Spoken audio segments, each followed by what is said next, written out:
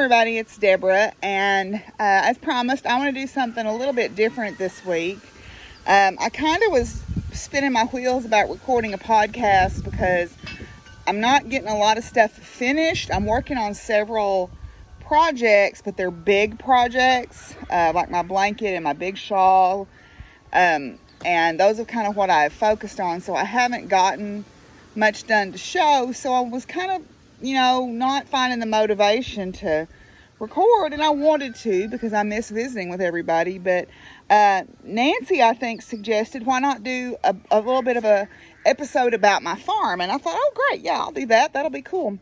So what I thought I would do is give you a sense of the origin story of the farm, and then I put a question prompt up and got some questions that I'll answer, and while we're talking, I'll just kind of give you a tour around of the farm as a way of kind of answering the questions. So I hope y'all are all doing good. You can find me on all the social medias and the usual places: Diary of a Physicist Farmgal on Ravelry, and I'm Doc Firewoman on Instagram and on Ravelry.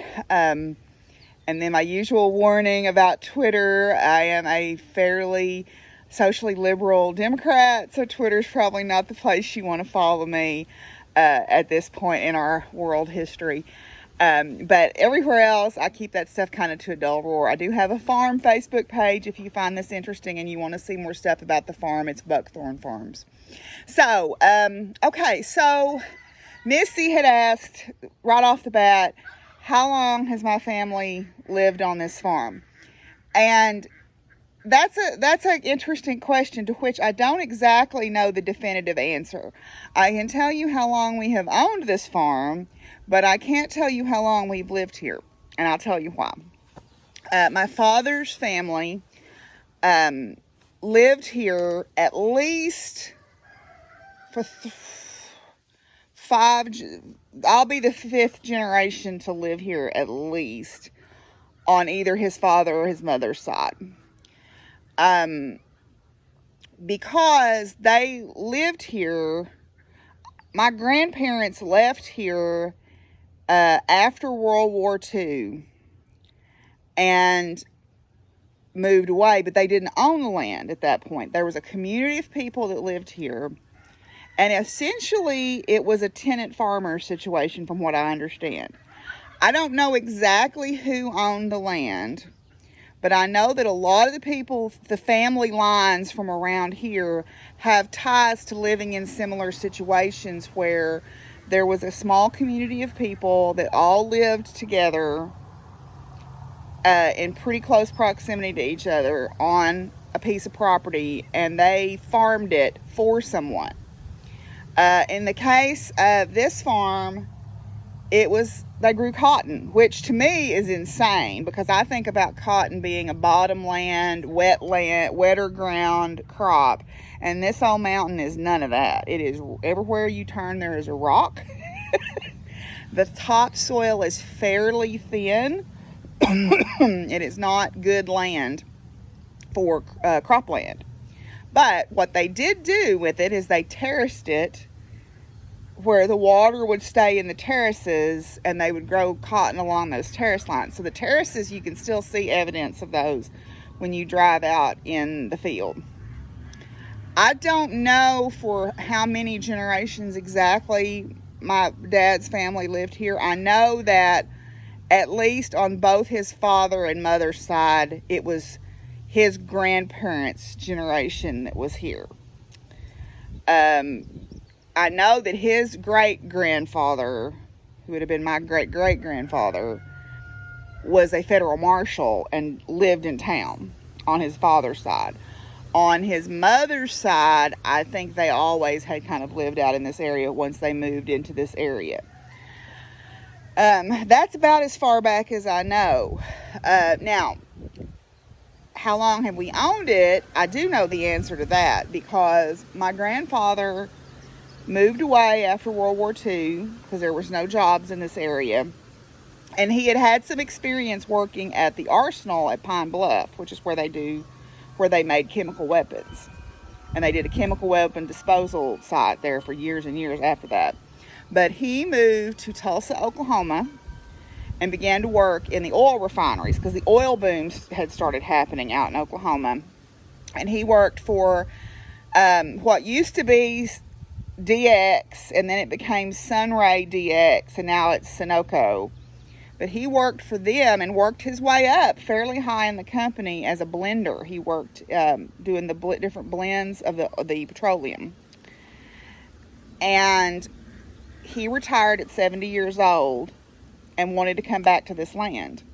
So prior to his retirement, he had an opportunity to buy. He bought the farm that I live on now, plus quite a bit of acreage on a separate farm down the road. At the end of the mountain. This road that I live on is a dead-end road. It ends over on the bluff. That was a significantly larger acreage that he bought over there. He bought that in when he retired at 70 in the late 60s. So they moved back here. My parents were living here. Now, I'm taking that back. He must have bought that land, at least part of that land, quite a bit earlier now that I think about it, because my dad built a house for his first wife, and that was the house that I grew up in. My dad and mom had both been married before. My father's first wife died, and my mother's husband left. He decided they had some family tragedy involving a half brother that I never met. He died quite young, and they decided they needed a fresh start. So he wanted to be a farmer, and he moved to Arkansas from Arizona, and he decided after 6 months farming was too hard, and he left and she stayed. But anyway, so he built a house for his first wife over that I actually grew up in. So they probably owned, I guess they must have bought this in stages. I honestly don't know the whole story there, but that house that he built for his first wife was already built in the early 60s. So I'm betting they bought this in stages, and I think this was he bought it probably in the early 60s. But I know he owned it when he moved back in the late 60s. Because my dad renovated that old white house that, if y'all have been with me for a minute, you saw me burn. The majority of that house was over 100 years old. It was an old shotgun style house. And then my dad actually added indoor plumbing to it and added an extension on the back. Added a bedroom and extended the kitchen on the back of it for them when they decided to move back from Oklahoma. So it's been owned by us for 3 generations. I'm the 3rd generation to own this. Now, the land that I grew up on, the house that when I was little, we lived in, was over the road. My dad was a welder, and a dad was an angel and a devil. My dad never found a job he loved, he didn't think, so he would get a big paycheck and he would walk away from it. He'd work a lot, do a bunch of overtime, and then decide he didn't want to work anymore. He was a traveling welder because post World War II, there was a lot of building going on in the country, so like the hydroelectric dams and the nuclear plants, and he worked out in Tulsa for doing welding at the refineries. He was a union welder, so he worked job. So he moved around a lot. But he didn't like to work all year. Now, so when he got back here, he decided he wanted to be a farmer, and he wanted to he wanted chicken houses, and he wanted to do laying hens. So I used to be really angry with him, thinking that he had lost the farm because he was just a layabout. Because he never overexerted himself, I'll put it that way. And he wanted somebody else to do the work, and he wanted to look like the gentleman farmer in a lot of cases. But as I've gotten older and I've kind of seen what these big contract corporations do to their farmers, like people that raise chickens or raise hogs or turkeys or whatever, they're at the mercy of that contract holding body. And we're seeing a lot of that play out here with this coronavirus, where these big companies, these big meat packing companies, are going, we just don't want those turkeys or pigs, and that's how people make their livelihood, because the farmer carries the debt for the turkey houses, which can be a lot. They carry the debt, for that, and then the producer provides the birds, and they basically are raising them for the producer, but they have to provide the feed and everything. Well, my dad got into a situation where he was losing a lot of money, and a lot of the egg producers folded around that time. So I don't know the details of that, because I was about 4 years old when that happened. But in order to get out of that debt, my grandpa started selling off part of the farm. And they sold the stuff over on the bluff first, which really makes me sad, because that place over there was beautiful. And now it's, that's where that wedding chapel is. And I mean, my dream, I have this little dream in my head that I'm going to win the Powerball and buy it all back, but that probably will never happen. But we owned the 80 acres at the house that I grew up in. We lost most of the rest of it by the time I was 4, except for this property and then the property that I grew up on. When I moved away to go to graduate school, my dad ended up getting into some significant debt and having to sell the 80 acres in the early 2000s. Then he got into debt again for various reasons, and I'm not going to air a lot of dirty laundry. My dad was not a businessman. He was a good guy, and he'd help everybody out, and that's why he would get into debt. He was not a businessman, and they were about to lose this property, and this was the last 170 acres. And so in 2005, when I realized what was about to happen, I approached my bank and explained to him what was going on, and said, I got to save this place. And graciously, because I was wanting to buy it for well under what the market value was of it at the time, they financed me with no down payment, because I didn't have any money put back for down payment. And I bought it in 2005, and in 5 years, it will be paid off. I hope. That's my plan. 5 years from now. But my dad, we had the laying hens for a long time. My granddad raised cattle. He raised beef cattle. And my grandfather was an excellent businessman. He did not use credit. If he couldn't pay cash for something or make 2 or 3 payments on it and get it paid out, he didn't buy it. Which is, I wish my dad had been more like that. But he raised beef cattle, and we had both Charolais cattle, which are white primarily, and then we had both polled and horned Herefords. Polled means they don't have horns. We always had a mixed breed herd of mama cattle, and then we would buy purebred bulls. And over the years, we've had Charolais and Herefords, and we had a Brahma, and we've had Santa Gertrudis. We've had Simmentals. Then I went back, when I got here, I went back to Charolais, and I went to and now I'm at Angus, Black Angus. Bulls. My cows are still, I like that hybrid vigor of those mixed breed mama cows.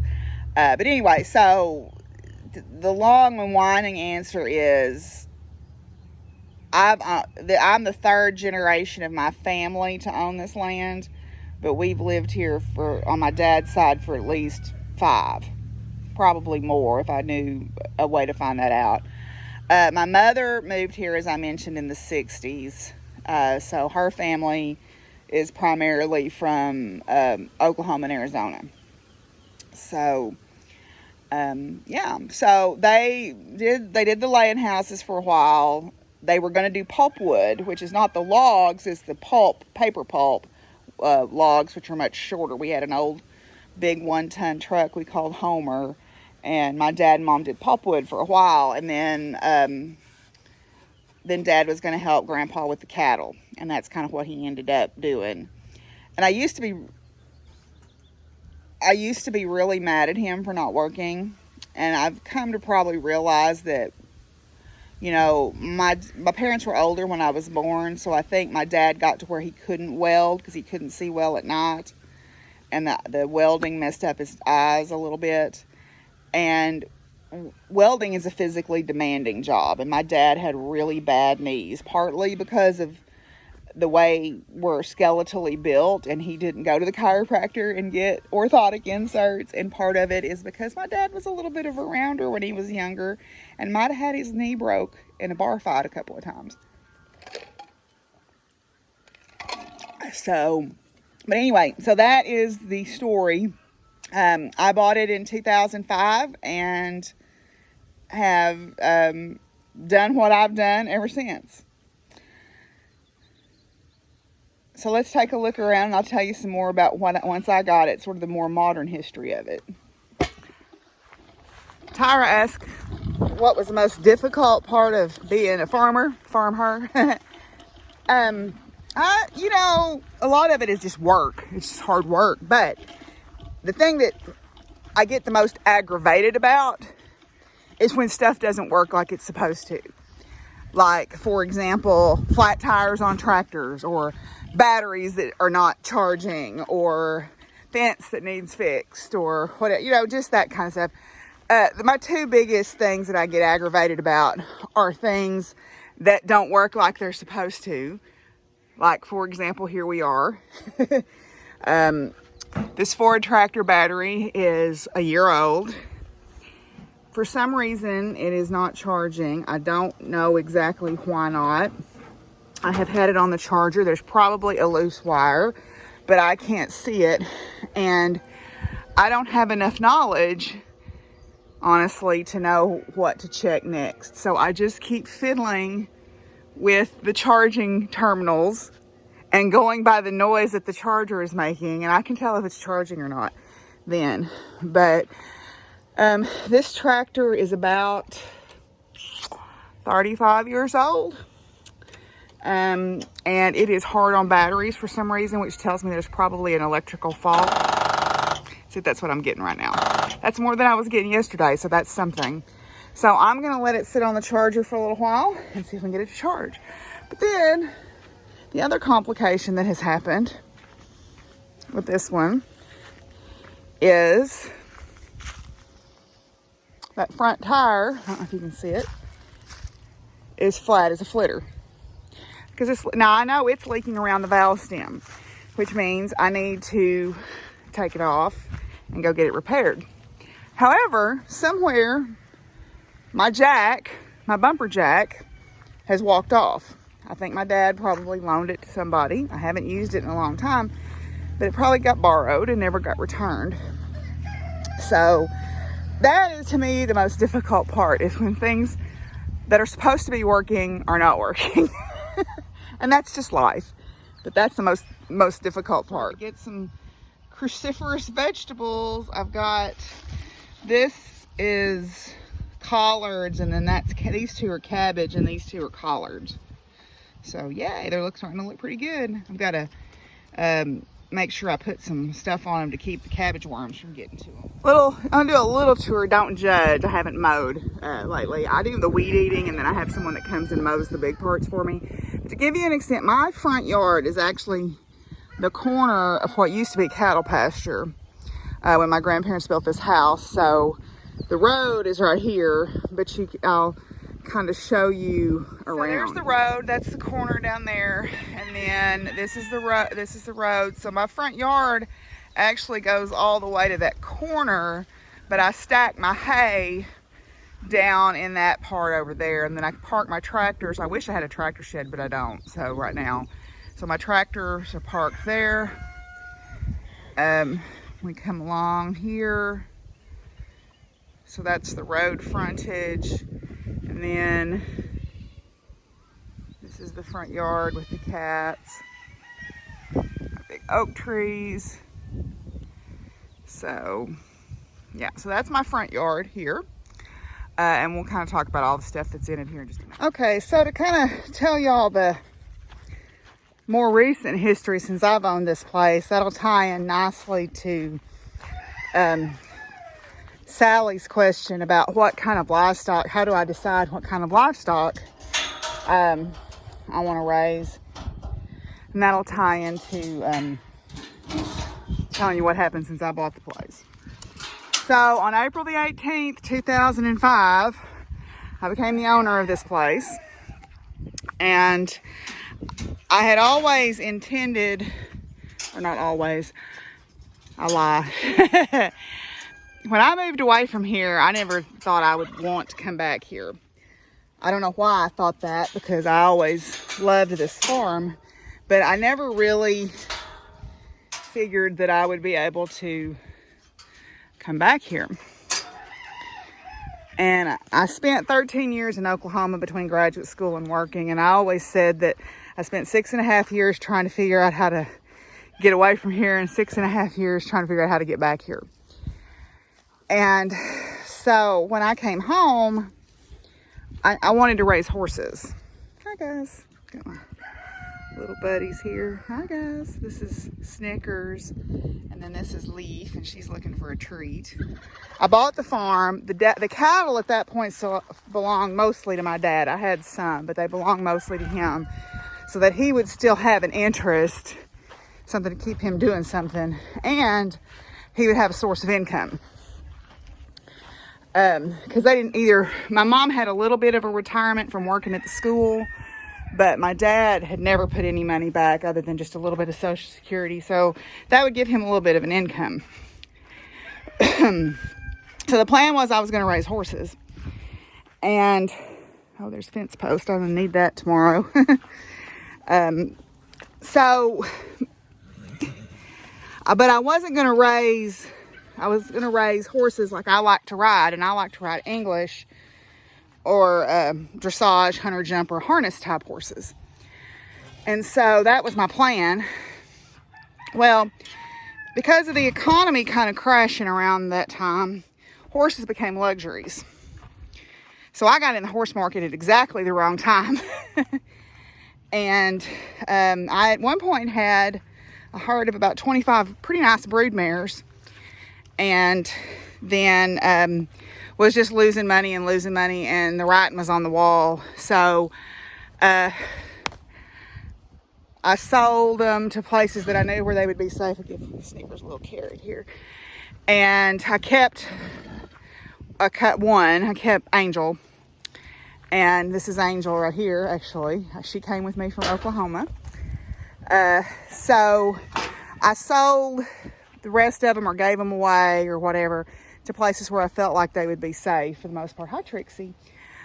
So I stopped raising horses, except for probably the last year I really bred to sell was 2010, the year I had Bo.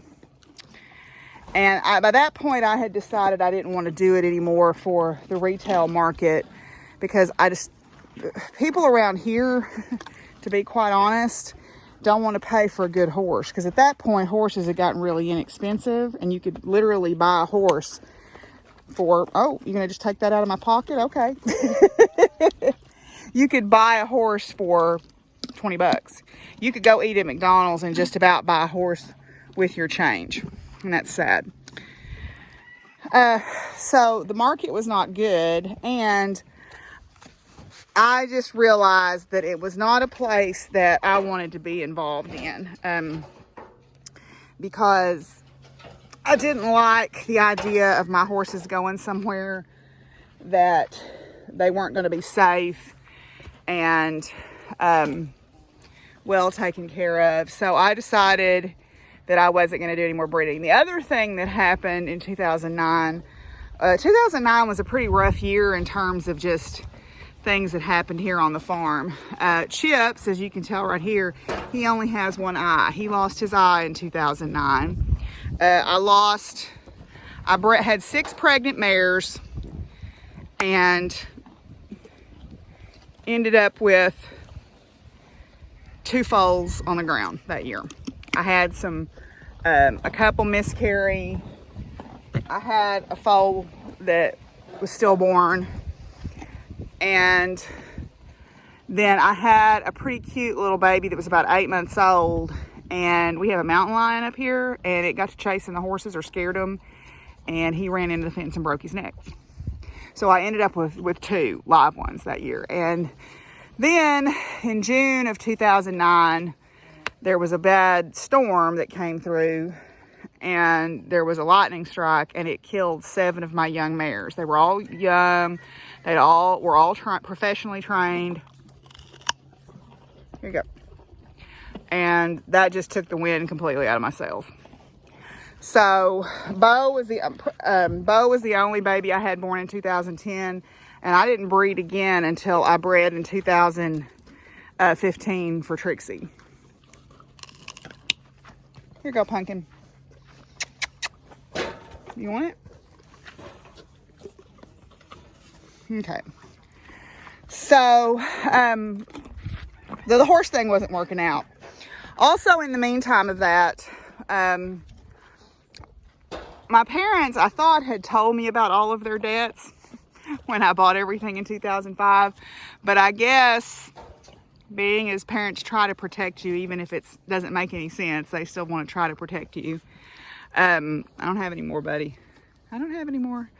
They didn't tell me about everything. And so we get on to about 2008, 2009, and they still don't have any money. And I can't figure out why. And I get to doing some digging, and I find out that they've hidden about $40,000 in bills from me. And, you know, I could be mad about it. I was mad about it for a little bit. But it doesn't do any good. They thought they were protecting me, and they thought they were going to be okay, and they weren't. And so I ended up buying the cattle for my dad at that point. So I got into the cattle business in 2008, 2009. And our traditional model had been, we sold our cattle at the sale barn. Yeah, right? We'd load up several calves and take them to the sale barn all at once. And I knew that model wasn't tenable for me for a couple of reasons. First of all, I kind of felt like the local sale barn was doing people wrong. Hey, buddy. Was doing people wrong. The other thing is, it's a tremendous amount of stress on me and on them, and they have to stand down there, and I just don't like the idea of them going to feedlots and all that. And I had decided, too, at that point that I wanted to start growing more of my own food. And I am a meat eater. You know, that's a discussion for another day if you want to have an ethical debate with me about that. I'm not going to debate it. It is what it is, and we're not going to change each other's minds. But I decided, why am I buying meat in a store when I'm raising perfectly good beef here? And that's also around the same time I decided I was going to start hunting. But I got into the cattle business, and I changed the model of what we did. And it took me about 3 or 4 years, probably 2014 or 15, I guess, was when I really got into the model of, I'm going to start selling beef, custom beef to people. And because there was a market for that. People started getting more interested in, here's a piece of carrot, Joe. Here you go, a piece of carrot. There you go, buddy. People started getting more interested in where their food supply was coming from. And working at the university, definitely that is a population of people that's very supportive of local farmers and wanting to know where their food comes from and making sure that it's ethically raised and all of that. So I got into the model of selling beef, and that's what I've done since then.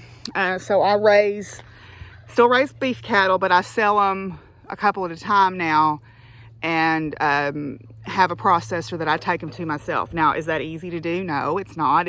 Would it be easier for me to just walk away from a sale barn with a big check and go, oh, I'm not going to worry about what happens after that? But morally, if I'm going to eat meat, I've got to be tied to that sacrifice. You know, hi, Trix. So I got into the cattle business. Then most of the rest of what I have, not everything, but most of the rest of the animals that I have are here because they need a safe place to be. All of the mini horses and donkeys and all of the donkeys are here because they needed a safe home. All of the rabbits are here for the most part because they needed a safe home. The birds, I got into raising birds because I wanted to have an egg-laying flock. And then I started finding all these pretty chickens, and oh, you can show your chickens. And I tried to raise showbirds for a while and realized that that was not something I wanted to do either. I guess I realized pretty quickly I was not a good business person when it comes to that, because I would say, oh yeah, you can pay me for that later. It's fine. I know you'll pay me, right? So I really quickly realized I did not want to go down the road my dad had been on with losing money. So I got out of the showbird business, but that's how I ended up with the geese, the Sebastopol geese. And then I focused on, I just wanted good egg layers, egg laying flock. And then also duck eggs are quite popular for people who bake. They are really good for cakes and things like that. And they have some different omega fatty acids in them. So I had ducks and got rid of them for a period of time. We'll talk about that in just a little bit. But so I kind of came onto the model that I'm in right now, which is beef cattle, egg laying flock. My neighbor's going by on his tractor. He's cutting hay across the road, and it's kind of making me miss working in the hayfield. Beef cattle, egg laying flock, and then lots of animals that are, I hesitate to call myself a rescue because I'm not. I don't want that name associated with my place, because then people start expecting something from you. But Haven in about 2014. And that's the model I've been using ever since. Yeah.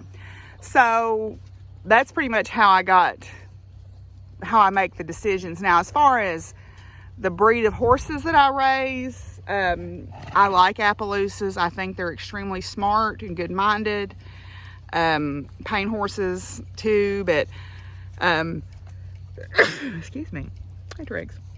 I didn't really settle on a particular breed. I settled on a good-minded horse who happened to be an Appaloosa. Angel was extremely intelligent, extremely well-behaved, smart, good-minded, and pretty well built, and she just happened to be an Appaloosa.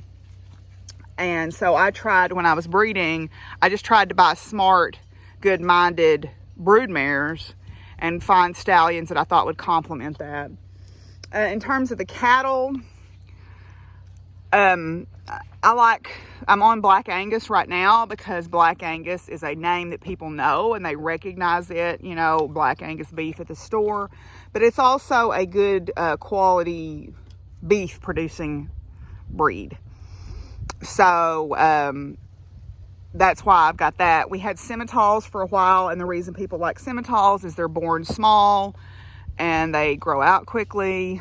We had a Brahma for a while. Brahmas and Santa Gertrudis, the mothers are extremely protective of the calves, which is good. Charolais and Angus are sort of your classic beef cattle. They give you the best quality beef in terms of your body weight and your finishing and all of that. So that's kind of how I came onto that model. Everything else, for the most part, is here because it needed a place to be. The chickens, I try to select breeds that are good egg layers, but that are on the Livestock Conservancy or breeds of concern list. So that's how come I have the Dominiques and the Delawares.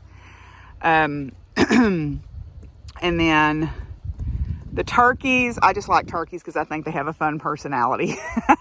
I like my turkeys because I had a pair of turkeys named Bonnie and Clyde just had so much personality, and I loved him. And when he died, I just knew I wanted to get turkeys again. So that's kind of how I decide what breeds of animals to have. Yeah. So we'll move on and look at something else now. So there's all the mini horses, and like I said, they've all come to me because they needed somewhere safe to live, and the mini donkeys too. And up here we've got the donkeys and the horses and the miniature mule, Pumpkin. The donkeys are all here because they needed a safe place to live. The horses I either bought or raised, so they're here intentionally, I guess. And I guess everybody else is too. So yeah. So we're coming from the chicken coop area, walking up through this little area that I need to mow all these yellow buttercup weeds. and headed up here to the barn. I need to do some fence work. That's the other thing about farming is there's never, you're never done. You're never done. There's always more stuff you need to be doing. But you just got to do what you can when you can. Here's an elderberry. This is a volunteer elderberry bush from the birds depositing it up here. And I was going to walk up here and this is my horse barn. We started repainting it. I built this myself when I moved home in 2005.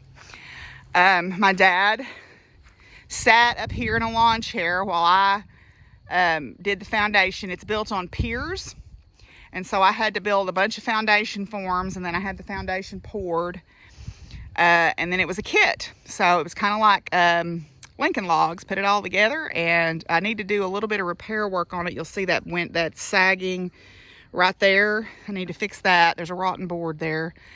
But that's my horse barn. I built that with my own 2 little hands. My dad would go every day, I got a problem. You got a problem. You need to think. And I'm like, I already thought of that.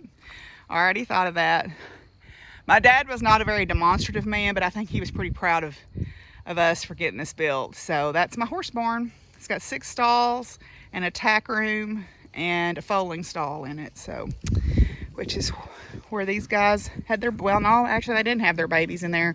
Angel had Trixie. I had her up in this paddock, but she had her out in the open at 3:30 in the afternoon. Hi guys. Hi Joe. Hi Joe Donkey. I don't have any more carrots. I'm sorry. I don't have any more carrots. Girls, y'all missed the carrots. I'm sorry. I have to go get some more. So, yeah. Vanessa asked what my favorite animal to work with was.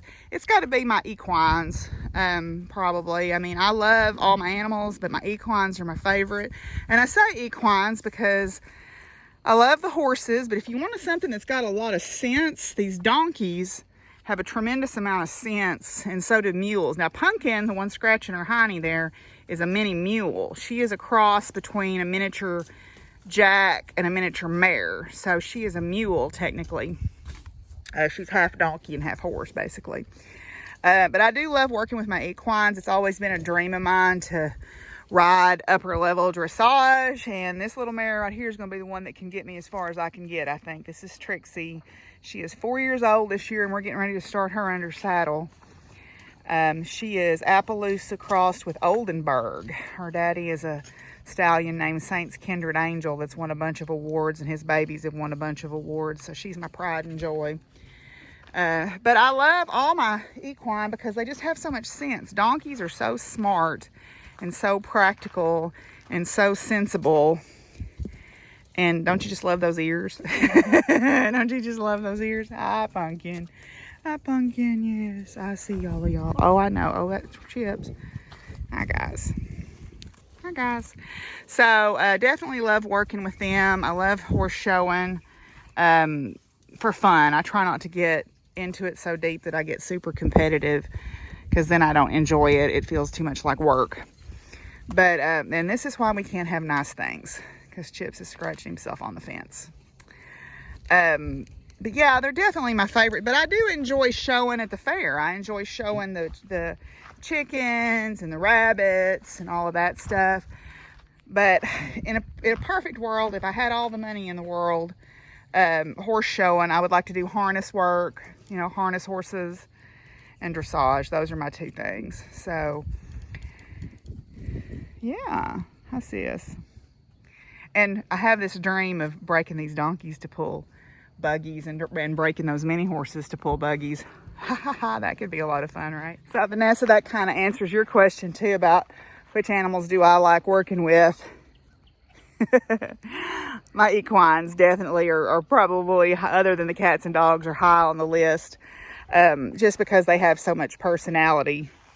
So that's why I got involved over at Marianne's. And also too, it helps me stay close to the horses that I've donated over there, and it gets me riding more, to be honest. I would not, even though my horses would literally be right out my back door here, I ride more with my horses over there, because that's all I have to do over there. I don't have housework and grading and, I should be folding laundry or whatever. I tell you the other hard part. Tyra had asked me what about the hardest part of being a farm. You want that sack? There's nothing in it. You just wanted me to drop it, huh? You don't need that sack. Hey, Loki. Y'all don't need this sack. There's nothing in this sack. It's empty. It's empty. The other hard part about farming is if you are in a situation where you don't have any support from the people in your life. Now, I am single. I don't have any kids. I've never been married. Don't want to be. But the one time I was in a fairly long-term, it was a year and a half, relationship, that person was not in my corner. I thought they were, but come to find out they really weren't. And farming is hard enough to do without having somebody in your corner. Now, you can have people that are benignly supporting you, and that's fine. Or you can have people actively supporting you. But either way, they've got to be at least neutral. They certainly can't be adversarial, because farming is a lot of work. It can be stressful. It is a 24/7 job. And I say a lot of times I'm married to this place, and I really feel like that I am, because it takes all my time and all my energy and all my money to do it. And I don't do it even anywhere close to right, but I just do the best that I can.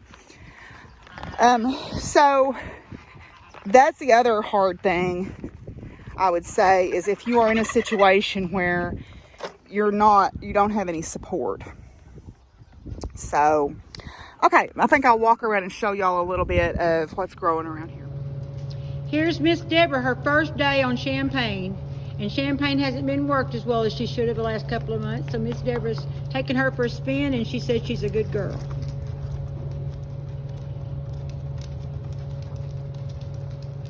This horse has got a lot of spirit. If you're familiar with Cash, you know what kind of horse he is. She's his half-sister.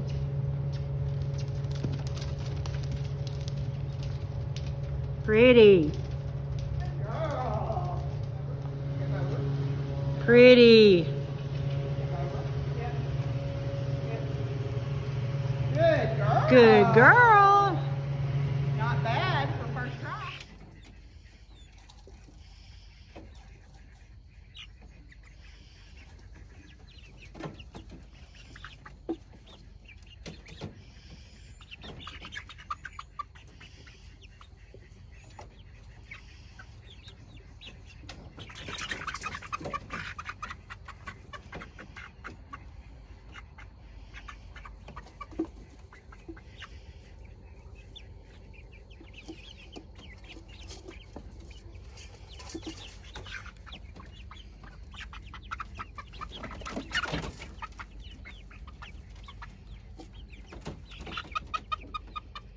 Okay, so these are the new beds that I put in. This one I haven't seeded yet. This is where the corn and the beans are going to be.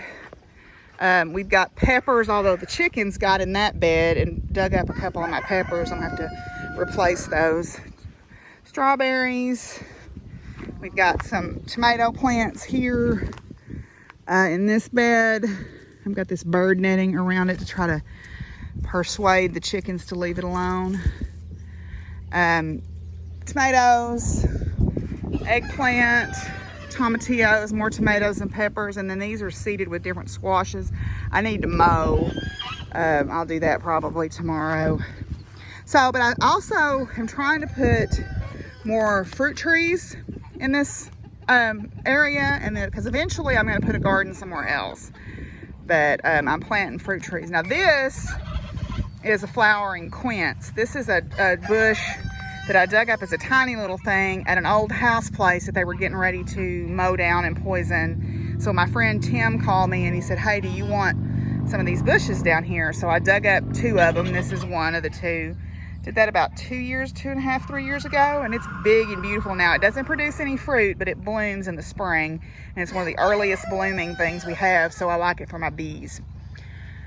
Yeah, so got the poultry expansion pen done here. So then this is Penny's summer house. This is a dog house somebody gave me. She likes to lay in that in the summer. And then there's my Sebastopol geese. And then that's a Rhode Island red and a Buff Orpington. She's on the outside of the fence right now. My chickens just kind of run amok. And then this is supposed to be a black copper Moran, but she doesn't lay super dark brown eggs, so I think she's crossbred. So as far as fruit trees go, I'm trying to plant more sort of permanent fruit trees. So this is a Asian persimmon. This is a Hachaya. Let me see what the name is. I still got the tag on it here. It is a Hachia persimmon. It's an Asian persimmon. They're not as astringent as the American persimmons before they get ripe. Then over here, this is a Starking Delicious pear that's supposed to be a good cross-pollinator for my Moonglow pear. So I just planted this past fall, so it'll be a year or two before it blooms. So then back here, we have some, these are Indian red peaches that my friend Sasha grew from Peach Pets, and she gave me 2 of them. These are 2-year-old, or well, I guess they'd be 1-year-old because I planted them last year. So these are 1-year-old trees. Oh look, there's a bee hanging out in there. So these are year-old trees. Then those are my figs, and I think it almost gets too cold here for them. So they die back every year, but I noticed that they're starting to come back. Down here, you can see the fig leaves right there. They're starting to make an appearance here. So these are 2 brown turkey figs. So there's another, I've got elderberries on the back fence there, and then this is a muscadine. I did have 2 varieties planted, but one of them died, so I'm left with 1. Muscadine is a wild grape that grows in Arkansas in the woods, but this is a tame variety, and it is called Cowart, and it is bronze colored. It's a bronze colored. And somebody was asking me about muscadines. I think Nancy was asking me. They don't bunch like grapes. They set on the limbs more like cherries do on a cherry tree, and they have a very distinctive smell. To me, they are the smell of fall. So yeah, this is my muscadine vine. Then there's my Moonglow pear. It's about 5 years old, and I thought I had planted 2 varieties, but they were both Moonglows, it turns out. And it has got Virginia creeper on it that I need to get rid of here. Don't want that, so we'll get rid of that. These are Jerusalem artichokes, and they spread like wildfire. So if you ever plant them, just know that. Okay, then I've got some blueberries right here. These are, I've got several different varieties. I forget all the names, but these are blueberry varieties. I've got 4 bushes, the 3 mature bushes, and then a friend gave me a baby one. And then these are raspberries here. I've got this cardboard down to block the weeds. And then I had planted some dewberries that a friend of mine gave me some starts of, but they don't seem to have done very well. I've got some more blackberries planted on that trellis there that'll be bigger this year. But then this is a tame or thornless blackberry right here that's in bloom. Then over here, these are just some different plants. These are Arkansas natives. These are different varieties of bee balm. And then there's some phlox in there that's not a native. And then we've got the old-fashioned iris that's about to bloom out here. And I need to weed my flower beds, but oh well. Then this is a quince. This is a quince tree. They produced fruit for the first time last year. This year they'll be 6 years old. And they produced for the first time last year. So I was really pleased about that. A quince is kind of a cross between, I guess, a apple and a pear almost in terms of flavor. So And I saw a few baby quince on these trees. They're not super heavy producers. I hope that changes as they get older. So up here, I've got the original elderberry bush is right here. And it's just getting ready to start setting flowers. So this is my original elderberry that all the other elderberries have stemmed from. And then next to it is a lead plant. That is a great butterfly plant right there. That's another Arkansas native. And then this is my other quince. And then these are some more Arkansas natives, some horse mint in that one. And then I've got a raised bed with some herb plants in it. I've got dill and basil and some rosemary in that. Shall I get you a bath? Huh? Get you a bath. Those are my ducks, my little ducklings. Yeah. Hi guys. Hi Pen. Oh, hi Pen. I would come in there, but I've got on flip-flops and it's muddy. She's a good girl. She's a good girl. Yes, she's good. She's itchy. She's itchy. Yes, she's a good girl. Got some sweet potatoes and a tomato plant or two, and then a volunteer potato in that potato bin. And then over here, I've got some pretty good looking potatoes in this potato bin coming up. And then this is a crepe myrtle that my grandmother planted that's gigantic. I should chop it back, I guess, but I'm not gonna. I'm not gonna commit crepe murder, as my friend says. Over here I've got some more fruit trees. This one is a young apple that I just planted this past fall. Leave the tag on it. I guess I took the tag off. This is like a ginger golden or golden ginger apple. And they get the cedar apple rust because that whole fence row over there is covered in cedar trees, but it doesn't really bother their fruit production too much. And over here are my original apple trees. These have been in the ground for 5.5 years. So this is an old-fashioned variety. I think it's called Cinnamon Spice. And then this one is a Golden Delicious for canning, and it's got pretty decent fruit set this year. So there's a little apple right there. This is an Arkansas Black apple, which is more of an eating apple, but I can still cook with it if I want to, but its texture lends itself more to fresh eating. This is a Granny Smith, again for canning, because I plant with canning more in mind than fresh eating. I just need a little bit, since I'm just one person, for fresh eating. And then this is a Honeycrisp, and it has never done very well. But I noticed this year it did bloom. I don't know if the buds got pollinated or not, because it just had a few blooms. So let's see if we can find them and see.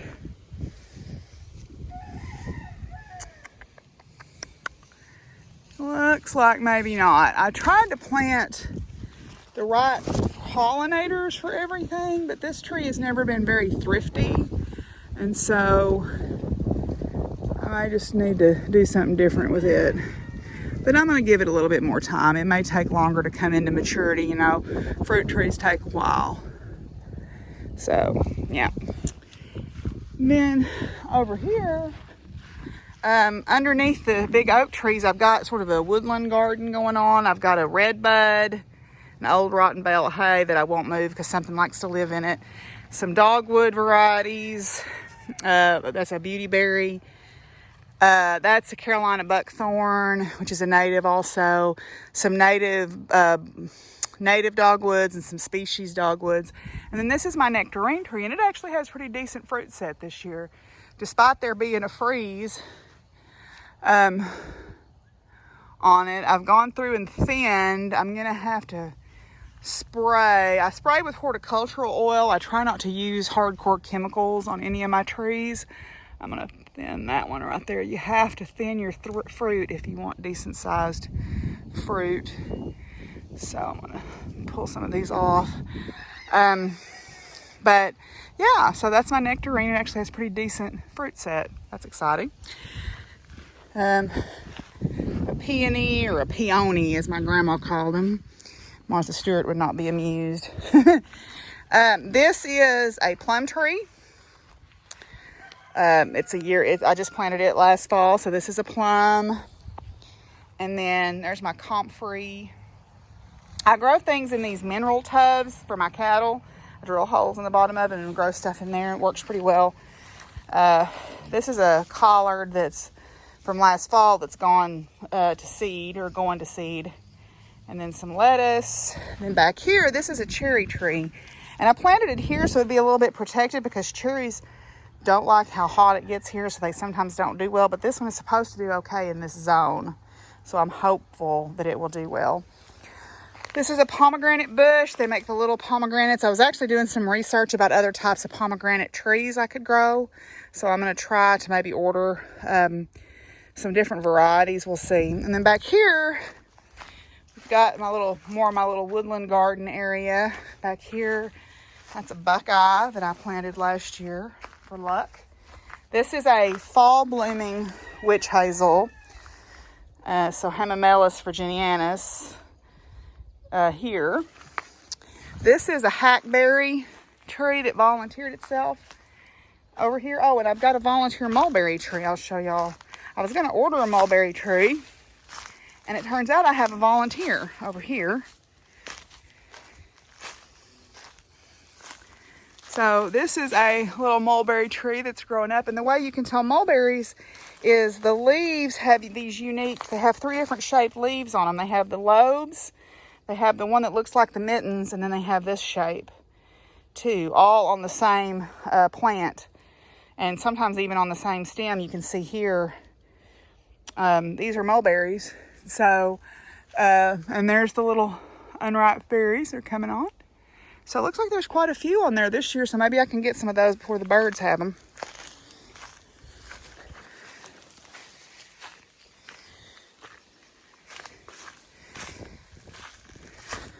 And this is a white oak. Now this is actually 3 trees together. It's 2 red oaks and a white oak. This is the white oak leaves. It's got the rounder lobes. And then the red oaks are the ones that have the more pointy lobes on them. So, okay. Anyway, like I said, this is a hackberry here that volunteered itself, and I thought it was pretty, so it gets to stay. Then over here, this is another fall blooming witch hazel. These are all elderberries, so I'm letting them stay. Some of my grandma's jonquils there. Then over here, these little things that I thought were dead, but they're putting on leaves now. You just barely see it. That is a spring blooming witch hazel. That's Hamamelis vernalis. That is the Ozark witch hazel that blooms in the spring. I got 2 of those. There's another one over there by that stick. Then this is another elderberry. This is a 9-bark. This is a 9-bark native shrub to Arkansas. It is in bloom right now, and you can see the unusual bark there on it.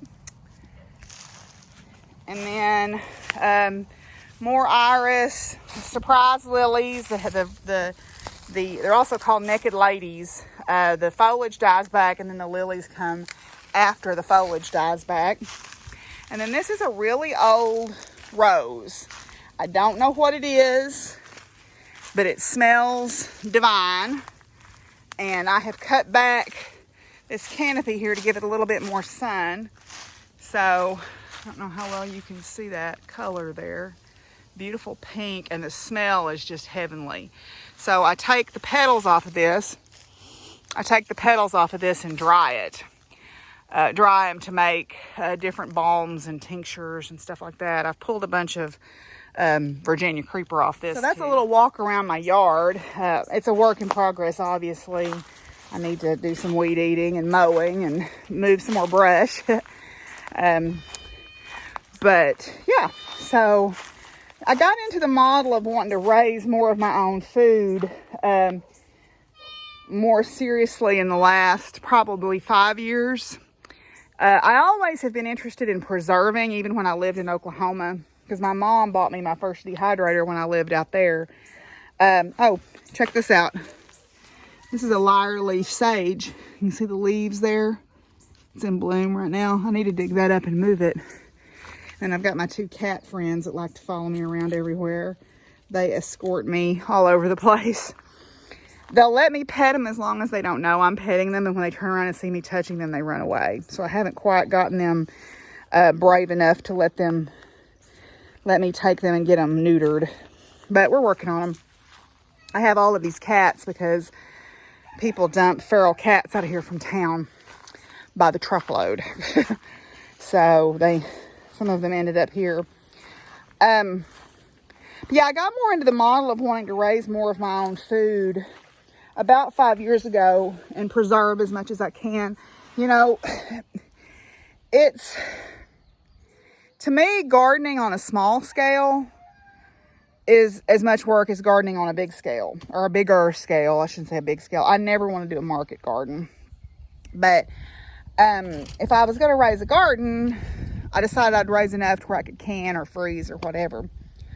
For fresh eating, you know, I don't need that much because it's just me.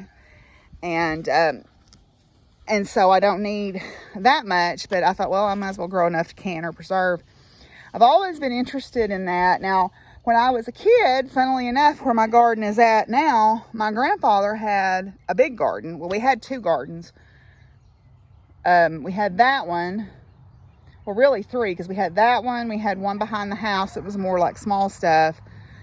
And then we had a big garden up in where it is now the horse pasture it was all just corn, potatoes, and tomatoes.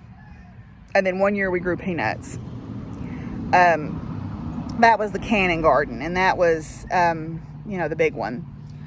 My granddad was the gardener. He did it with a mule or a pony and a plow. Never used a tractor. And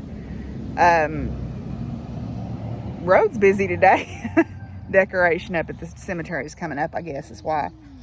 And he was the gardener. And we would, when I was little, and they lived in the old White House, which was prior to 1980, they would can and they would freeze. When they moved up here, that all stopped. And I am of the thought that this is why. My grandparents grew up, as I said, as basically subsistence tenant farmers, and they had to do those kinds of things to survive. They had to have a fire, a stove, a wood stove. They had to have windows that opened because they didn't have air conditioning, or they didn't have window screens. They had to have chickens, and they had to make soap, their own soap, and they had to do all this stuff. And when they got into a position where they had enough income that they didn't have to do that anymore, they're like, this is what poor folks do. We're not having that. So the canning stopped, the gardening stopped, raising chickens stopped, all that stopped when I was very young. I barely remember that past about 7 or 8 years old. So I have early memories of cutting corn off the cob to put in the freezer and making tomato juice and canning stuff. But that all stopped when they moved into this house. They moved into this house when I was 10 or 11 years old. And they didn't do anything else after that. My grandmother, I was telling somebody the other day, every bed in that old house had potatoes under it, because she would dig these potatoes. And I remember that's one of my favorite memories of being a little girl. I have a very specific memory of this blue dress that I had that had red rickrack trim and a white collar, being barefoot, running behind my grandpa with that mule and plow, and that cool dirt on those bare feet. Very specific memory of that, and picking those potatoes up. Because he would go along and plow them up, turn them up, take a turning plow and plow up the potatoes, and we would go gather them up, and then they would go under every bed in the house to keep them cool and dry for use all winter. But that all stopped when they moved up here. So all that I have learned about canning and preserving and drying and farming really has been from people I know now and from what I have researched on my own.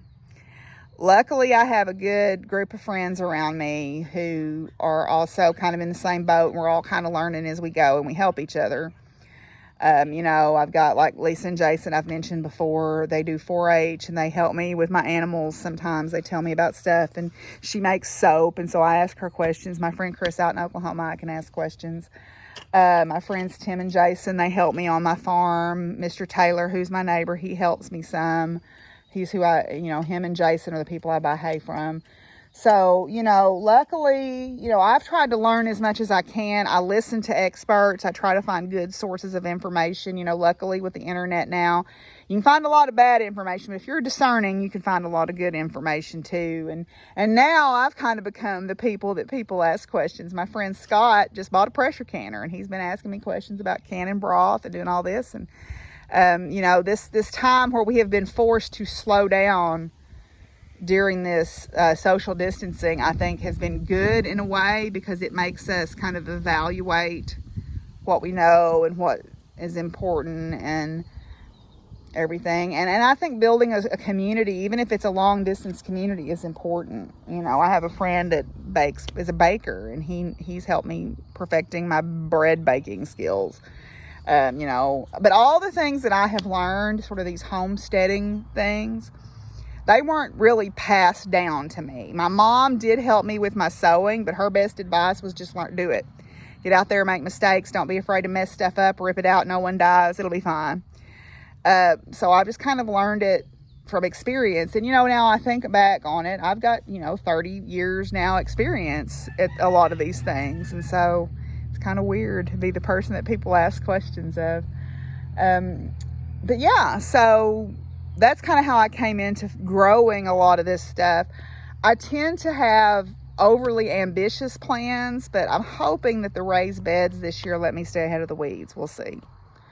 I have good intentions every year, and then like this year the chickens dug up a bunch of my plants, and I had to go buy more, and I'm gonna have to go buy some more jalapenos because we got to have some hot peppers up in this place, but anyway, so yeah. So I guess maybe we'll go for a little drive over and look at the cows. What are you doing, big boy? Huh? Hi. You're not going to speak? Are you shy? You're not shy. What are you doing? Oh, I see that tail. Oh. Hello. Are you showing off? Are you showing off?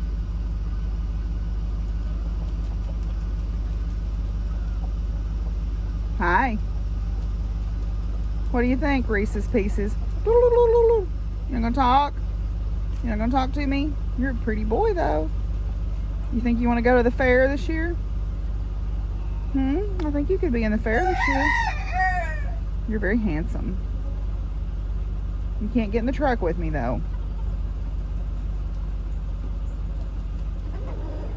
Yeah, you can't get in the truck with me because I gotta go look at the cows.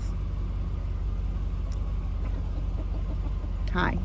Okay. And here y'all come. Okay, we're gonna go look at the cows, okay? Bye-bye. There you go. One of these times I'm gonna think about getting one of those things that holds your phone so I can be a better vlogger, but that day ain't today. Okay, so we'll drive over in the pasture. I'll show you the cows. So, Penny asked me what kind of animals would I like to have out here. And, I guess really what I would love to do out here is to have an educational center, right? Across the road where I burned that old house down, what I would like to do is put a classroom building up, maybe with some bunkhouse space in it, and do an educational retreat center for all kinds of things, all kinds of homesteading type stuff. I'm trying to make sure I'm not backing into something. I've got quite the obstacle course in my yard. And one of the things that I'm interested in is heritage livestock. So livestock that are on the Livestock Conservancy's breeds of concern list. If I were going to have different kinds of animals, I would try to have animals from that list. So like, for example, and this is a dream, so I probably will never do this, but I would love to have some of the true Texas Longhorns. The true Texas Longhorn genetics have been bred down with what they call around here Corrientes for people to rope. And so there are a lot of people, though, that are starting to breed the true Texas Longhorn or British White Park cattle. I would love to have those. In terms of poultry, for a while I really kind of thought I wanted peacocks, but peacocks are loud. And I have a friend that raises them. They're expensive to get into, for one thing, and they, birds die. If you've got livestock, you've got dead stock, unfortunately. And so I don't know that I want to do that, but that was just a thought. But I would like to have some different breeds of bird that are on the endangered list. Same thing with all my animals, rabbits, whatever. Now, one breed of animal that I had that I don't have anymore, I'll tell you about when I get back from opening the gate. So once upon a time, I had goats. And I liked my wethers. I had Angora goats, actually. Mohair Angora goats. And I liked my wethers, the neutered males. The intact male buck was extremely mean. And the females had no maternal instinct whatsoever. They wouldn't raise their babies, so I had to bottle feed the babies, which sounds like it's cute and fun. It's not. It's a lot of work. And then I'm working too. There were a couple of times I actually took goats to work with me because they had to be bottle fed. But I miss, if I did everything again, I wouldn't mind having goats or sheep, although there are some breeds of sheep down here that just do not do well because of the humidity. Although I need to talk to some of the people who raise sheep in Texas, kind of see what they do. But my fences are not good enough for goats. And here's the way you know your fence is good enough for a goat. Somebody told me this. You build your fence, and then you fill your pasture up with water. And if the water can get through the fence, so can a goat. And I honestly believe that is true. I don't ever want any kind of dairy animal. Dairy animals, when they are in milk, have to be milked at least once, usually twice a day. And that is not for me. So I don't want ever have any kind of dairy animals.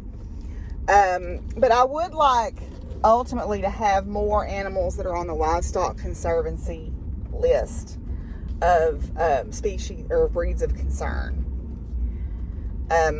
So that's kind of my goal. I don't ever want to raise more pigs, I don't think, than just penny. I might at some point raise a couple for meat.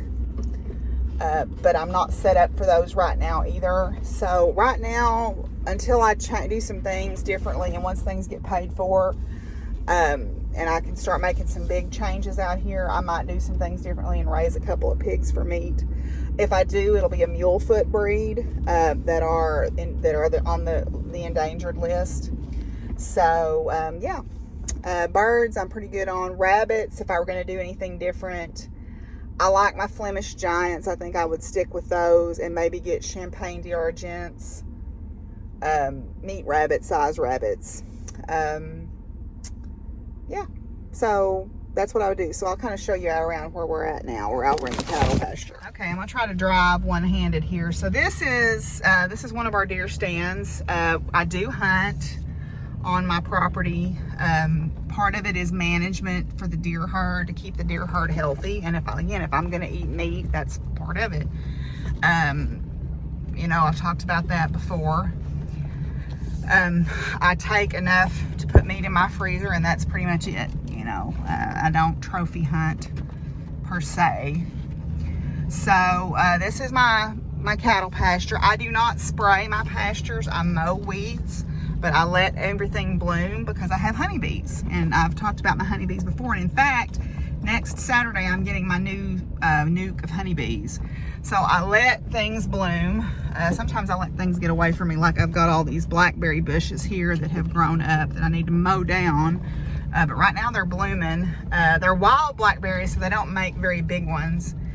But anyway, so this is the cattle pasture. This is the bigger piece of property. My property is divided by the road, so I have 50 acres on one side where my horses are and the house is, and then 120 acres on the other side where the cattle are. And there's their salt licks. So we'll drive over here and see if we can find them. I do have fish in my pond. My friend came up here and fished the other day and got some pretty good looking catfish out of the pond. He threw them back. We just kind of fish for the fun of it right now. But yeah, so, well, there's the cows over there. They'll see me and they'll come running probably here in just a second when they see this truck, because they'll think I brought them something to eat. And when we owned the property over on the end of the mountain, we would move cattle back and forth between those two properties. They would, we had a lead cow. Her name was, what was her name? Big Girl, I think. She was a little old short thing, but she was very round. She was black, white face. And she would take off and they would just follow her. So, but we built this pond and that kept us from having to water. So, there's a pond here. Now, fish will appear in the pond because of birds moving the eggs around, and then they eat the eggs or whatever, and sometimes they pass them through. But we actually stocked this with some bass and with some catfish. But see, I've got these blackberries growing up all over the place. I need to mow because they just take over if you don't mow them down. But I don't want to do it this time of year because there's baby deer and baby turkeys and all that. So I'll wait till winter time to mow those down. So this is one of my ponds. It's got quite a lot of water in it right now because we've been getting abundant rainfall. It's a perpetual thing on a farm. You never are done mowing weeds. There's some pretty good sized turtles in that pond too. Okay.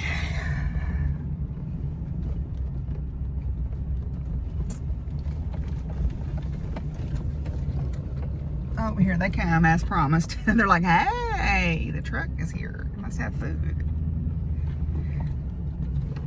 There was an old fence that used to run through there, and there's one of the old fence posts. Hey, girls.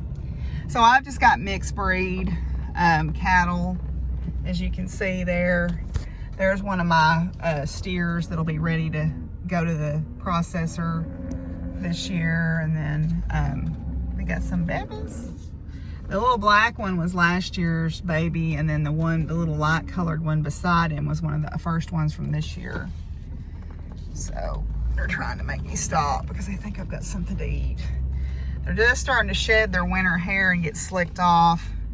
My dad always said the rains in May make them shed their hair and look good. So they came out of winter pretty okay though. I was able to keep a lot of hay in front of them, so that was good. So let's see here. I haven't seen my bull. Where is he at? I wonder. My bull, my black Angus bull, is kind of a loner. So there's another baby. There's a baby, and there's another good sized steer right there. There's a baby and a steer. And there's another little baby and another pretty good sized steer. Where is my bull? Let's see him today. Oh, there he is. He's kind of an odd duck. He doesn't like to hang out with the cows. This is Charlie Old Bull. He is a black Angus. You can see him here on the other side of the. He's a black Angus, registered, and I got him from a friend of mine. They didn't get him steered when they were going to take him to the sow barn. He got away from them, and then he got pink eye, so he's got a scar in one of his eyes. But he sure is starting to come on and look pretty good. He is 4 years old this year. So he's starting to really mature into a pretty nice looking boy there. There's another steer that'll be ready probably late this fall if the summer grass does him right. And him all curly. Hey, buddy. So now we're over on the other side of the pond. The cows are mad at me because I didn't bring them anything to eat. There's a baby. Oh, baby. Look at that little spotted baby. That one's a young one. It's not very old. There used to be a big old tall oak tree on this hill right here. It was my favorite place to sit when I was a kid, and it got hit by lightning. That's where I buried my first 2 dogs, where Joe and Boots are buried up here under, well, they used to be that tree there. It's not there anymore. That's where we buried Joe and Boots. I used to love it up here. I still do, but I used to think that I wanted to build a house, but it's too close to the cemetery. I'm not superstitious. I just don't like people seeing my business.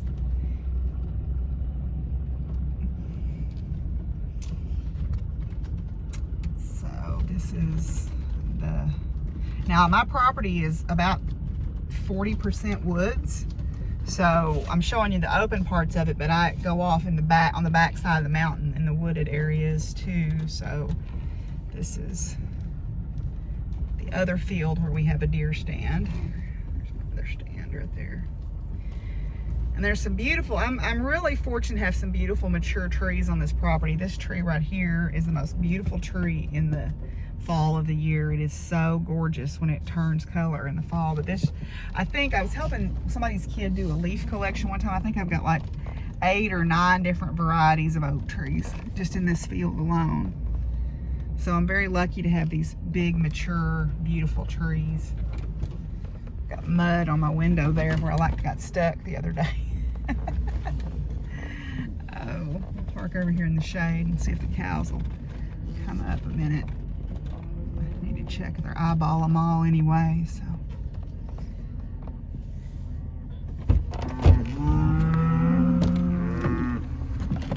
Yeah, this is what happens when you almost get stuck and you have to have your door open so you can push with your foot. Hey, Oliver. Hey, Oliver, smelling my truck. Hey, y'all. I don't have anything for you today. I'm so sorry. I'm so sorry. I know, I'm a terrible human being. Yeah, they're just starting to shed their winter coats. Hey, Charlie. For the most part, they came out of the winter looking pretty good. I have a couple I need to put some wormer blocks out for, but for the most part, they're looking pretty good coming off of winter. But you can see, if you look at Charlie's eyes there, you can see the white spot. That's the scar from where he had pink eye when he was younger. Hey, big girl.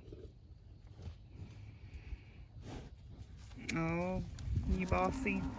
Hi, Charlie Bull. Hi, Charlie. So, yeah, I've got about, I think about 25 head, 30 head of cattle, roughly, counting everybody, all the babies and such. And that's enough. That's enough for me. They keep me busy.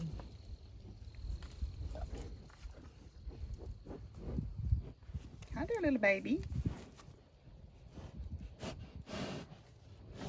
I didn't bring y'all anything to eat. I'm so sorry. Hi there, baby.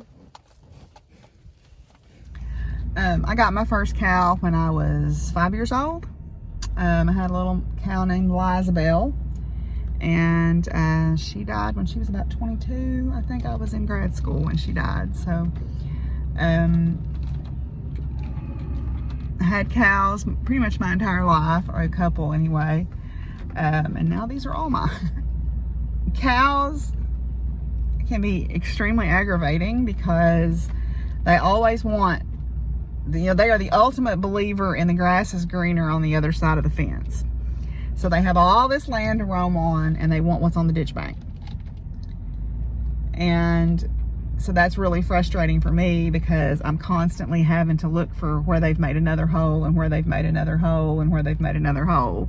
But that's, that's, the work is never done in that aspect. So one of the hardest things about being a farmer is losing animals when you've done, when there's no reason for it. It seems like, there's a reason, but when the mama cow has trouble having the baby and the baby's born dead, or the calf that looked perfectly healthy on Monday, you find dead on Wednesday, or the mare that spontaneously aborts a foal or something. you know, that's a heartbreaking part of this. You know, last year I lost that cow. I never found what happened to her. I know she didn't get stolen because she was meaner than snot, and anybody tried to catch her would have gotten a whooping. But that's a hard part to me. Probably the hardest part of this life is, you know, you bust your butt, you try to do the best that you can. You know, you don't always do everything right, but you do the best that you can, and sometimes it's out of your hands what happens. Sometimes it's you've done everything you can do. You've spent the money with the vet, you've done the preventative health care, you've done everything you know to do, you've stayed up all night in the freezing cold rain, whatever, and you lose them anyway. But then the next time one's born and it's healthy and it's happy, you kind of remember that's why you do this anyway. So, you know, it's you learn as a kid growing up on a farm, especially, you learn about life and death. There's no, oh, he's sleeping thing. There's no, oh, so and so went to live on a farm, you know, that euphemism that they use.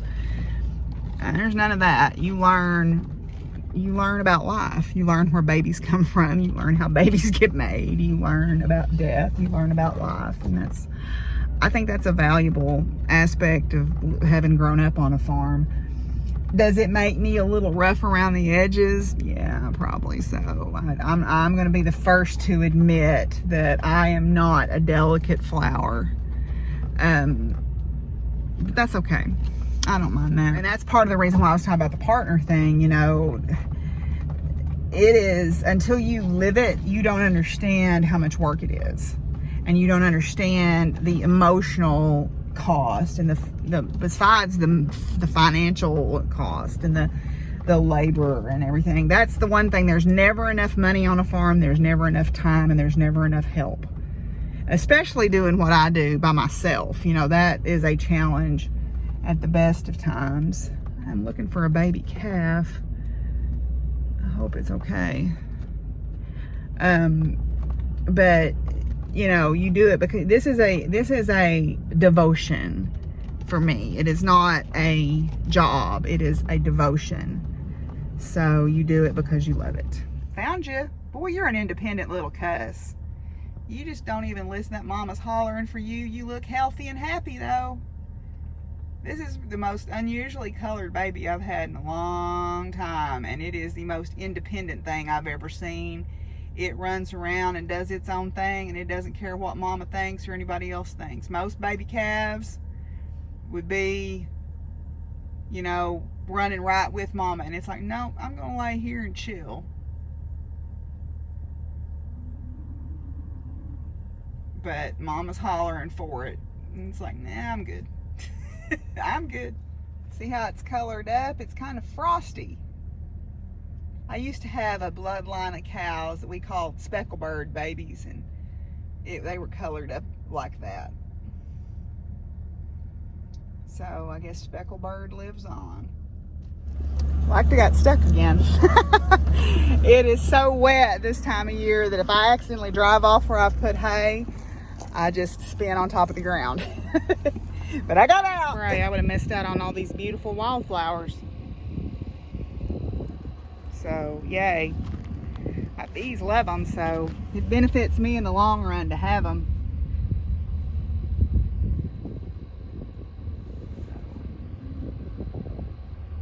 They're awfully pretty. This is a rose bush I dug up from our old house place right before we sold it. It's kind of the last thing I have from there, and I thought I had died, but it looks like I have revived it here. So it's a beautiful old pinkish peachy rose when it blooms. I stepped in an ant nest, and I had to go get some. I make a balm out of ribwort or narrow leaf plantain and yarrow flowers, and it's really good for insect bites and stings. So I keep a jar of it in my kitchen, and had to go put some of that on real quick. But you know, tomorrow's Beltane. Tomorrow's May Day, and it is the fertility festival or whatever, and everything's green and beautiful. And I love all seasons of farming for different reasons. In the springtime, everything is green and blooming and growing and new life, and babies are being born. And in the summer, there's something magical and trance-like about the heat of summer and the drone of the equipment working in the hay field. And you hear, I don't do my own hay anymore, but another very specific memory I have is laying on a trailer in the shade. We would take turns on the hay equipment, and I would bale, and my dad would bale and rake, and we'd switch out. And I have a very specific memory of laying on a flatbed trailer at my great aunt and uncle's property and listening to that drone of that equipment running, and kind of half dozing. I was reading Dante's Inferno and listening to Lorena McKennett's The Mask in the Mirror album, so I was having some pretty crazy dreams. But listening to that drone and just kind of drifting off in this meditative space, it was really, there's something very soothing about that. Like I said, farming for me is a devotion. It is not about making money. I mean, it would be nice if it would pay for more of itself, and ideally it would. And the cattle and the egg sales, and then I lease some horses and things like that for riding and stuff. But it will never make a profit for me, because I'm always going to have a herd of many horses that need fed, that are just there. Although maybe I'll do a calendar or something, and they can make some money that way. But it is a devotion. I talked about spending all that time trying to run away from this place, and then it called me back. I really believe that there was this sort of thread that drew me back here, if you want to get all woo-woo about it, I guess. I'm land tied, is what I say. I'm tied to this land just as sure as if I were married to a person. I'm married to this farm and its lives, whether it's the plants and the trees and the beneficial insects and the deer and the turkeys that live out in the woods, or the raccoons and the possums. I try to learn to live in balance with nature out here. And to my own animals, and also to the larger community, making sure that if I have more than I can use, I share with those who maybe need it. My roots go pretty deep on this old dirt, so it's a devotion. It's a devotion for sure. I can't imagine, somebody said, where would you live if you could live anywhere? And I'm like, right here where I'm at. Now, I would have better fences, and I would have my house renovated, and maybe nicer, coops and things like that. But I can't imagine living anywhere else. Not everybody understands it, and that's okay. So, here I am. You may wonder where the name Buckthorn Farms came from. The buckthorn berry, supposedly to the ancient Celts, gave you the ability to communicate telepathically with horses. You were the horse whisperer, I guess. And I always have wanted that in my life. Horses to me are sacred and magical beings. All animals to me are sacred and magical beings, but that's where it came from. So, yeah. The last question I had was from Penny, and she said, how do you know when you're done? And the short flip answer to that is, you're not. You're never done. You're never done. That's the thing that I've had to learn, and that's the number one thing that I had to come to terms with out here, was when I would have breaks from school, I would make lists of things. I want to get this done and this done and this done. A, B, C. I want to get A done, B done, C done. I would be lucky if I got half of A done, because you're at the mercy of the weather. Like I said, there's never enough time and there's never enough money. And trying to do it alone, there are some things I can't do by myself. There's just some things that I need help. Whether I prevail upon the kindness of someone to help me, or I pay someone And, trying to hire help, that's a conversation for a whole other day, because that's darn near impossible. And I'm sure anybody that has got a farm that's tried to hire help knows that's true. But a lot of it is you have to work smarter, not harder. I've had to learn to work as a partner with this land instead of trying to bend it to my will. Whether that's managing for the wildlife or accepting the fact that there's going to be loss, or understanding what kind of plants grow or where they grow better or whatever. You have to form a partnership with your land. You can't bend it to your will for very long. You may do it for a little while, but eventually Mother Nature's going to go, no, I hold the cards here. I'm just letting you play this game. But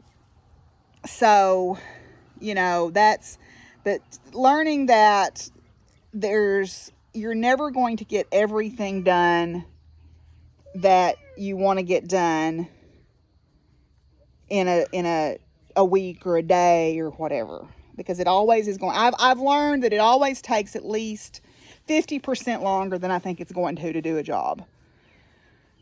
So I've become much more realistic in my planning of things. Luckily, I have good neighbors who help me.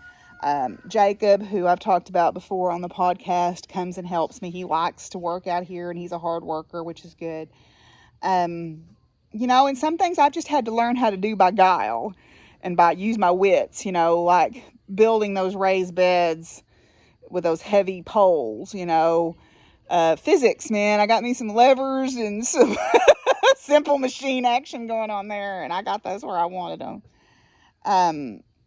Learning to ask for help and saying that I don't know has been another important skill, because there are things that I was not taught by my dad or my grandpa or my mom or my grandmother, and I've had to learn sometimes the hard way when things break and I don't know why. And, didn't you know you were supposed to do that? Well, no, I didn't. A classic example of that was my tractor almost literally came in two. The front end loader bracket snapped, and I called my neighbors and I said, because I knew he welded, the young man that helps me with my cattle some, and I knew he welded, and I said, can you come fix this? And he looked at it and he said, your tractor's about to come apart. And I said, what do you mean? And apparently the way that particular model of Ford tractor was made is the front end where the motor mounts and the front wheels are bolts to the back end, and those bolts were coming loose, and they were just almost out of the holes. I had no idea. I don't think my dad even knew that. So luckily we amended that situation quickly, because that would have been a startling revelation had it come apart. That's the other thing, is being able to say I don't know or I need help, and not feeling like I should know how to do stuff. Seeking wise counsel. I have people that I trust to ask questions. I have trusted sources of information that I research. And sometimes you just have to try it to see if you can. Like beekeeping. You can read about it, and you can read about it, and you can read about it, but you're not going to know if you can do it or not until you do it. And I've had I'm not a great beekeeper. I'm down to 2 hives, soon to be 3. But, I have to be realistic in my goals. I'm never going to make a living selling honey. But could I have the bees because I get enough honey out of there for myself and maybe to give to a couple of friends, and they pollinate my garden and have better garden production as a result. But how do I know when I'm done? Some days it's when it gets dark. Some days it's when it starts to rain. Some days it's when my legs can't carry me another step.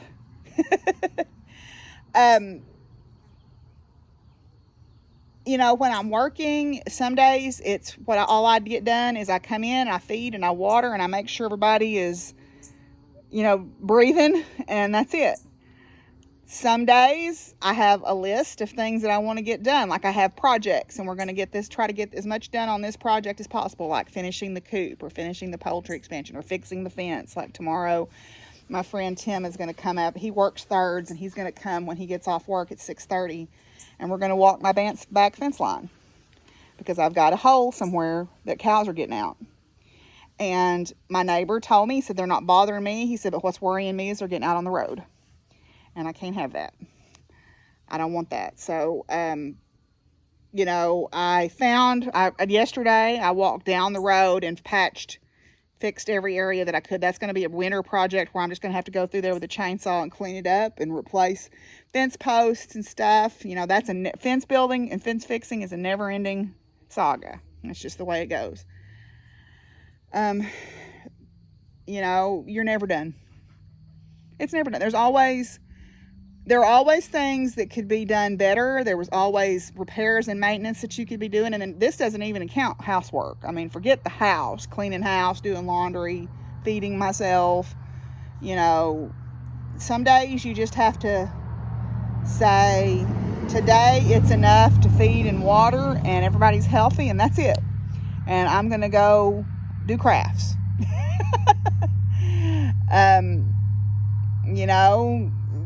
But there's never, there's no vacations. You always, if you go on you can take a vacation, but this is a full-time job